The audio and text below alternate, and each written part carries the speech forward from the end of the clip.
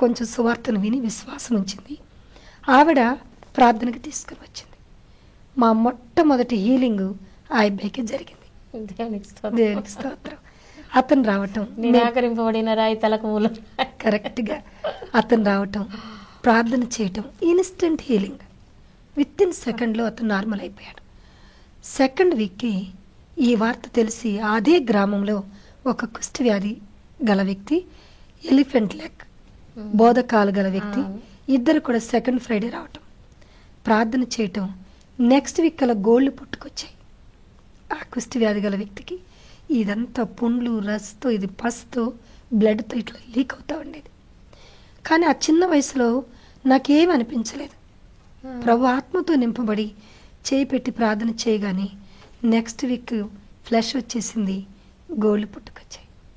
దేవునికి స్తోత్రం. Elephant leg normal అయిపోయింది. ఈ వార్త చుట్టుప్రక్కల అనేకమైన గ్రామాలకు తెలిసిపోయింది. Third week, fourth week Hindus ఎడ్ల బండ్ల మీద రోగులను వేసుకొని టిఫిన్ క్యారేజీలు కట్టుకొని రావటం ప్రారంభించారు. ప్రభువారు చెప్పిన మాట అక్షరాల నెరవేరి ఆయన తీసుకొస్తానన్నారు. ఆయన తీసుకురావటం ప్రారంభించారు.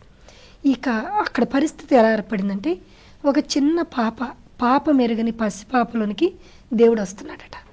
ఆవిడ వస్త్రాలు ముట్టుకుంటే చాలు మన రోగాలు పోతాయి అని హిందూస్ కాబట్టి వాళ్ళు వచ్చి కాళ్ళు ముట్టుకోవటం, నా లంగా ముట్టుకోవటం, జాకెట్ ముట్టుకోవటం, ఫ్రాక్ ముట్టుకోవటం.